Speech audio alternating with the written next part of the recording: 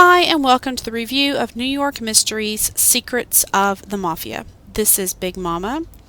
This game is a hidden object adventure game. It does have some decent graphics in the cutscene, so I'm not going to skip the entire cutscene. I want you to be able to see that. One moment. New York, 1955. American Museum of Natural History. It's become dangerous in the city. The Mafia is trying to seize power. But recently... Now, as you saw, the graphics are pretty good. And the voiceovers aren't bad either. There is a lot of illogicalness to this game. Illogicalness. Is that even a word? Illogicalness. For example, this is a live wire. See? Now, this should be a live wire since all these others are lit up, right? Well, you're going to take a pair of metal scissors with your bare hands and cut this live wire. You are then going to use said wire and with your bare hands and no electrical tape, attach it to another live wire. Now for some of you that's probably a little bit too picky, and that's fine. I understand that. But another thing that absolutely drives me batty in games is something that's so easy to do with your own bare hands, but it requires you to find a particular object in order to do it. So let's say you find a knife while you're doing something. Well, when you go to... Okay, so here's a razor blade. Now, in another area later, you'll see I'll find a knife, and in fact, it's even a box cutter is what it actually is. But instead of letting me use my bare hands to open an obviously water-damaged cardboard box, or letting me use the box cutter that you find later, it makes me use a particular object that I found. That absolutely drives me insane. Now, good news is when you're done with an area, it will disappear on you, see? And it's gone, and you don't go back to it. Some things you will have to memorize.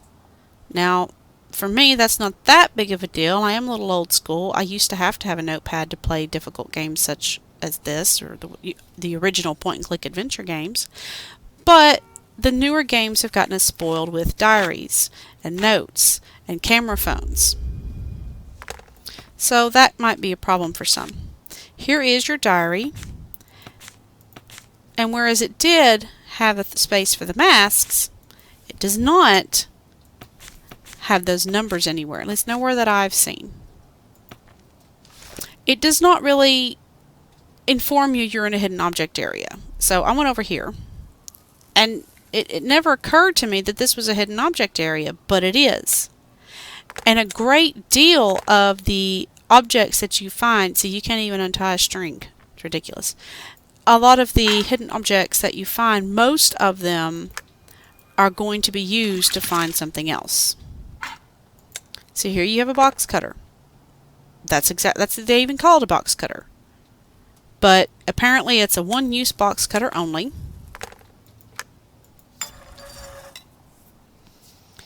Just things like that that absolutely drive me batty. Now in this particular scene, I've skipped ahead some, you can notice that you can still go back to these areas. There's nothing here. So in the hog areas, you don't really know if you're done or not. That can be slightly irritating to some, I'm sure. But I thought I would be sure and point that out.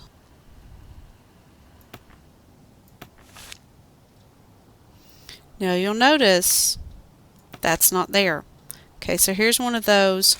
You're going to have to either be able to memorize dice 2, star 4, revolver 1, or you're going to have it written down because it's not in your diary. And as is the object of all hidden object puzzles, you now have an object to use. You can lock and unlock your inventory if desired. And that is pretty much it for this game. I had not noticed any mini games as of yet when playing this game, but I didn't play it very far. I hope this has been enough for you to decide if you would like to play this this game. Again, this is Big Mama, and you can use the links in the description beneath the video to follow me on Google+, Facebook, or Twitter. I'll see you at the next review.